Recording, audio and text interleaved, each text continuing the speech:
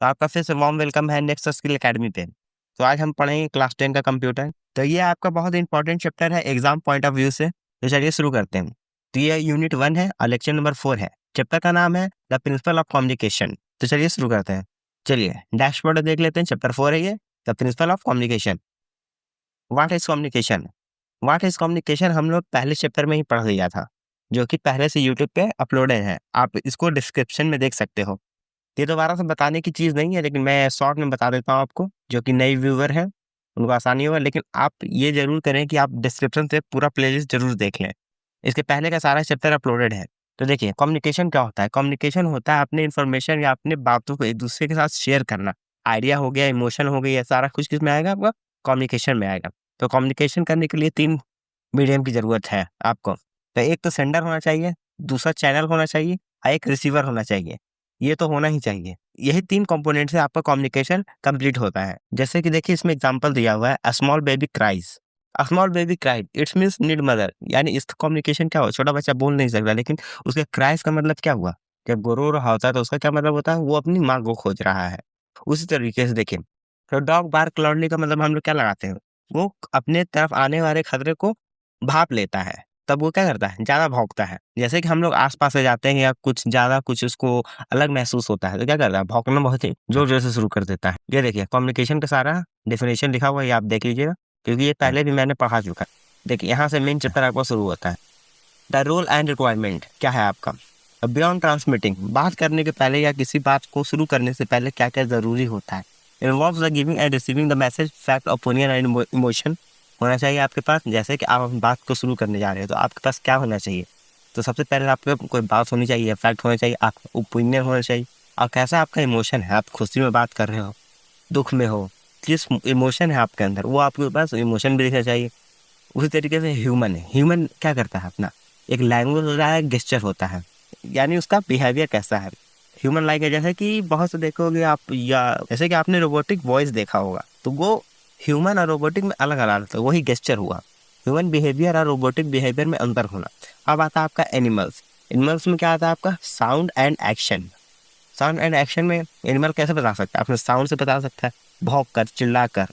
जैसे और दूसरा आपको अपने एक्शन से, जैसे कि हमने इस वाले एग्जाम्पल में देखा था, डॉग बार्क लाउडली। तो क्या उसका मतलब क्या था? कुत्ता अपने आने वाले मुसीबत को पहले से पहचान ले रहा है। देखिए गुड कम्युनिकेशन क्या होता है? तो गुड कम्युनिकेशन की टू सक्सेस कहलाता है। Building relationship it's required. देखिए क्या क्या इसमें रिक्वायर्ड होता है? गुड लिसनिंग स्किल होना चाहिए आपके अंदर। पहले आप बोलने के पहले आपको सुनना आना चाहिए। ये कम्युनिकेशन का सबसे बड़ा रूल है। दूसरा सेंसिटिविटी होना चाहिए आपको नॉन वर्बल कॉजेज में। जैसे कि आप नॉन वर्बल यूज कर रहे हो, जैसे आपने पहले चैप्टर में पढ़ा होगा, वर्बल, नॉन वर्बल और विजिबल। अगर जिन्होंने नहीं पढ़ा वो पहला चैप्टर देख लें। तो नॉन वर्बल का भी आपको सेंसिटिविटी समझना पड़ेगा। वो इंसान क्या बताना चाह रहा है, इशारा क्या है उसका, इशारा कैसे कर रहा है, वो विकलांग है, क्या है, अंधा है, देखना समझना आपको आना चाहिए। तो वो भी आपका कम्युनिकेशन में ही आता है। डिससेंटिमेंटेशन ऑफ इन्फॉर्मेशन हो गया आपका। अवेयरनेस ऑफ कल्चर डिफरेंस होना चाहिए। अलग-अलग कल्चर के बारे में आपको आना चाहिए, समझ में आना चाहिए। ऐसा नहीं कुछ बोल देना है कि लोग क्या होगा, उसके कल्चर में ऐसा कुछ नहीं बोल देना है कि उसको दुःख हो जाए, कष्ट हो, वो चीज़ नहीं करना है हमको। एप्रोप्रिएट डॉक्यूमेंटेशन रखना है किसी भी चीज़ के लिए। उसी तरीके से देखिए यहाँ एक डायग्राम दिया हुआ है, यहाँ देखिए। एक तो पहले आपके पास प्लान होना चाहिए, प्लान के बाद आप आउटपुट दोगे, आउटपुट वो कंटिन्यूअसली चलते रहेगा। उसके बाद डिकोड होता है, उसके बाद इंटीग्रेट होगा आपके बिहेवियर में। उसके बाद आप ऑपरेट करोगे सारा कुछ सुनने के बाद। अब वो जब ये सारा कुछ आप आउटपुट कर दोगे, तब आपको क्या मिलेगा? एक कंटिन्यूअस फीडबैक मिलेगा। देखिए अब क्या है, अब आता है the communication process. Communication process क्या होता है? Communication control and shape all the human behaviour. तो कम्युनिकेशन प्रोसेस क्या होता है? Communication process control shape and all the human behaviour. Communication क्या करता है? लोगों से अलग बनाता है, जानवर से या किसी भी पेड़ पौधा, वो भी एक दूसरे से कम्युनिकेट तो कर ही रहे होते हैं। जैसे जानवर खुद से कम्युनिकेट कर रहे हैं, लेकिन ह्यूमन बिहेवियर क्या होता है? अलग होता है। अपना हमारा वॉइस है, वॉइस सबके पास होता है, लेकिन एक सोचने समझने की शक्ति किसमें है? सिर्फ ह्यूमन में ही है। इससे हम लोग अलग एक दूसरे को पहचान सकते हैं, अपनी अलग पहचान बना सकते हैं। देखिए अब आता है सोर्स ऑफ इंफॉर्मेशन, फिर आता है encode message, channel, receiver, encode and acute opinion, creates a required response, आपको तुरंत रिस्पॉन्स करवाता है। अब है आपका the principle of effective communication. आप अब आप कैसे इफेक्टिव कम्युनिकेशन कर सकते हो, उसका रूल क्या क्या है। देखिए, the principal refer the guidelines the follow performing all the task attain the determine the objective. ये सारा ऑब्जेक्टिव आपका दिया हुआ है कि ये क्या क्या है। प्रिंसिपल एक रेफरेंस गाइड दिया हुआ है कि आपको इसी गाइडेंस के थ्रू आगे चलना है। अब हम देख लेते हैं 7 C's ऑफ इफेक्टिव कम्युनिकेशन। एक प्रिंसिपल ऑफ क्लैरिटी है, प्रिंसिपल ऑफ कंप्लीटनेस है, प्रिंसिपल ऑफ करेक्शनेस है, द प्रिंसिपल ऑफ कंसाइसनेस है, द प्रिंसिपल ऑफ कोहेरेंस है, द प्रिंसिपल ऑफ क्रेडिबिलिटी है, द प्रिंसिपल ऑफ कंटिन्यूटी है। हम सारा थ्योरी देखते जाते हैं एक-एक करके, कहना क्या चाहता है सारा कुछ। पहला है द प्रिंसिपल ऑफ क्लैरिटी। तो लेकिन जो भी आपको बोलना है, जैसे correctly plan and expression in a logical वे, जो भी आपको बोलना है वो क्या है, आपका जो भी बोलना चाहते हो या अपनी बातों को रखना चाहते हो, वो एकदम करेक्ट प्लान में रखिए। जैसे एक सीक्वेंस में होना, वो करेक्ट सीक्वेंस में होना चाहिए और उसका लॉजिकल वे लॉजिक निकलना चाहिए, नहीं कि कुछ भी बोल रहे हैं। हम हाथ उड़ाकर पंख अपने हाथ उड़ाकर पंख बना देंगे आसमान में, ये कोई लॉजिकल बात नहीं है। क्लैरिटी तो होनी चाहिए और उसका लॉजिकल बात भी होनी चाहिए, उस बात में क्या आप बोलना चाह रहे हो। अब आगे है ideas follow the smoothly from the beginning to end, यानी आप जो भी आइडिया देना चाह रहे हो या अपनी बातों को रखना चाह रहे हो, वो बिगिनिंग से एंड तक आप पूरा एक स्मूथली वे में उसको प्रिस्क्राइब वे में बताइए कि हम ये बताना चाह रहे हैं, मेरा ये आइडिया है, ये मेरा ओपिनियन है। सब लोगों क्या होगा, वो क्लैरिटी होगी कि हाँ इस बंदे में क्या है, कॉन्फिडेंस है या क्लैरिटी है इसके बात में कि इस बात पे आगे गौर किया जा सकता है। उसी तरीके से आगे worded so the most uninformed person readily understand, जो भी आप वर्ड का यूज कर रहे हो, जो भी आप उच्चारण कर रहे हो, वो लोगों को आसानी से समझ में आ जाए। ये नहीं कि आप बहुत ही लंबे लंबे वर्ड बोलते जाओ, बहुत ही भारी भारी शब्द उपयोग कर रहे हैं, जो भी लोकल में बैठे हैं वो आपकी बात को समझ ही ना पा रहे हैं। तो क्या होगा, आपका ये अच्छा कम्युनिकेशन इफेक्टिव कम्युनिकेशन में नहीं आता है। जब आपका बात दूसरे को समझ में नहीं आ रहा है तो इफेक्टिव कम्युनिकेशन कैसे कहलाएगा। देखिए तो अगला है clear about all the feature of idea and it's the purpose. आपको पर्पस क्लियर होना चाहिए, आपकी बातों का पर्पस क्लियर होना चाहिए, आपका आइडिया क्लियर होना चाहिए, जो भी आप बताना चाहते हैं उसके लिए आप क्लियर होना चाहिए। तो आप क्लियरिटी होनी चाहिए आपके दिमाग में कि आप क्या सामने वाले को बताना चाहते हो, आप क्लियर हो या नहीं हो अपने पर्पस को लेकर। देखिए यहाँ एक डायग्राम है आपका, clear suitable selection of medium. सबसे पहले आप एक मीडियम चुनोगे, आप वर्बल बोलना चाहते हो, नॉन वर्बल बोलना चाहते हो या विजिबल तरीके से बताना चाहते हो।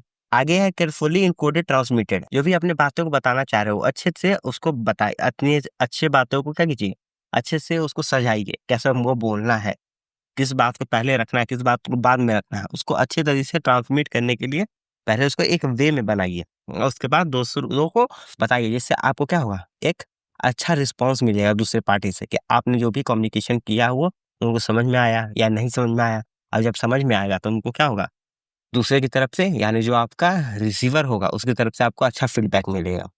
देखिए don't jump from the one part two the another and the back in the first step. तो यानी जब अपनी कम्युनिकेशन आप कर रहे होगा तो यानी नहीं कि एक बात पहले आपने ए बोला फिर 100 बोला फिर 2 बोला फिर 99 बोला फिर 98 बोला, ऐसा नहीं। जो भी आप अपनी बातों को रखोगे एक सीक्वेंस में बोलोगे, एक बात को दोबारा रिपीट नहीं करना है, या जो भी बात बताना चाह रहे हो वो एक सीक्वेंस में बताओगे, एक लाइन में बताओगे, जिससे आपका कम्युनिकेशन क्या होगा, अच्छा होगा। जिससे आपका रिजल्ट क्या होगा, आप कंफ्यूज कम कर पाओगे लोगों को, खुद भी कंफ्यूज कम हो गए, तो जिससे आपका जो भी रीडर होगा या रिसीवर होगा उससे अच्छा रिस्पॉन्स मिलेगा। देखिए अब आगे है the principle of completeness. The principle of completeness में क्या है, ये तो पढ़ के ही पता चल रहा है। One of the most essential factor है, सबसे मोस्ट एसेंशियल फैक्टर है, जो भी आप बोलोगे कंप्लीट तरीके से बोलोगे, ये नहीं कि आधा अधूरा बोलोगे। पहला आपका organise properly to include all the important idea and detail. पहले आप अपनी बातों को पूरी तरीके से ऑर्गेनाइज करोगे, प्रॉपर्ली वे में रखोगे, क्या बोलना चाह रहे हो, अब उस आइडिया को बाद में उसको बताओगे, समझे। ये नहीं कि अभी सोच रहे हैं अब साथ साथ बोलते जा रहे हैं, ये होना चाहिए लेकिन ये नहीं, लेकिन पहले आपको अपने दिमाग में पूरा फैक्टर को बना लेना है, प्रॉपर्ली तरीके से ऑर्गेनाइज कर लेना, उसके बाद किसी प्रेजेंटेशन या किसी बात को बोलना है, तब लोगों को क्या होगा, कंप्लीट इन्फॉर्मेशन मिलेगा। अब आता है आपका दूसरा केयरफुली चेक एंड वेरीफाई। सबसे पहले तो आप जो भी ओपिनियन दे रहे हो या कोई भी बात कर रहे हो तो केयरफुली चेक कीजिए या वेरीफाई कीजिए, जो भी बात आपने सुना है वो सही है या नहीं है, उस बात को पहले वेरीफाई कर लीजिए। ये नहीं कि कहीं सुना, कहीं से सुन लिया, कुछ बोल दिया, अब बाद में पता चला कि वो बात तो सच था ही नहीं। उस तरीके से आगे है group together in the logical sequence. जो भी आप अपने बातों को बोलोगे वो लॉजिकल सीक्वेंस में रखोगे, उसका कुछ मतलब निकलना चाहिए, कुछ लॉजिक निकलना चाहिए। हवा से पानी बना रहे हैं, पानी से हवा बना रहे हैं, ऐसा कुछ नहीं, उसका कुछ लॉजिक निकलना चाहिए, कोई सीक्वेंस में होना चाहिए वो बात। अब आगे है आपका attend to the proper arrangement of the idea flowing in the ideas of the progressing the conclusion. उसी तरीके से जब आप अपनी बातों को दूसरे की तरफ रखोगे, अच्छे से अरेंज करके, आपको प्रोग्रेस मिलेगा, आपका कंक्लूजन अच्छा निकलेगा। जब आप अपना कम्युनिकेशन अच्छे तरीके से बताओगे, तो आप अपने आइडिया को दूसरों के साथ अच्छा से शेयर करोगे, तो आपको कम्युनिकेशन स्किल भी अच्छा होगा और आपको फीडबैक भी अच्छे से मिलेगा। देखिए, अब यहाँ नेगेटिव फैक्टर आपका क्या है? Partial information provided. देखिए, communication become the incomplete doubt in the received mind. अगर आपका कम्युनिकेशन इनकम्प्लीट होगा, तो लोगों को क्या महसूस होगा या क्या समझ में आएगा कि इंसान का बात उनको समझ में नहीं आ रहा, आधा अधूरा आंसर दे रहा है। उसी तरीके से आप आधा अधूरा आंसर दोगे एग्जाम में भी, तो आपको क्या होगा? पूरा नंबर मिलेगा? नहीं मिलेगा। आपका फैक्टर निकलेगा नहीं, आपका आइडिया ओपिनियन क्वेश्चन पेपर पे दिखा ही नहीं होगा, तो टीचर आपका नंबर कैसे देगा? नहीं देगा। उसी तरीके से अपने जो भी इन्फॉर्मेशन दे रहे हो वो इनकम्प्लीट नहीं होना चाहिए, कंप्लीट होना चाहिए पूरी तरीके से। तब क्या होगा? आपको जो भी बताओगे उसमें डाउट नहीं होगा, रिसीवर को कोई डाउट नहीं होगा, कोई प्रॉब्लम नहीं होगा समझने में। आगे है आपका, देखिए कंप्लीट इन्फॉर्मेशन में क्या होता है? If and more the filter effectively when the receiver easily react in the centre message. अगर आप किसी चीज को कंप्लीट वे में बताओगे, अच्छे से बताओगे, डिफाइन करके बताओगे, फ्रिक्वेंटली बताओगे, इफेक्टिव तरीके से बताओगे, कि सेंडर क्या करेगा? आपको इजीली रिएक्ट कर सकता है। अपने जो भी डाउट्स होगा या नहीं भी होगा, तो सामने जो भी ओपिनियन होगा रिसीवर की तरफ से, वो आपको तुरंत पॉजिटिव वे में बताएगा। इससे आपको कम्युनिकेशन और अच्छा होगा और टाइम टेकिंग नहीं लगेगा।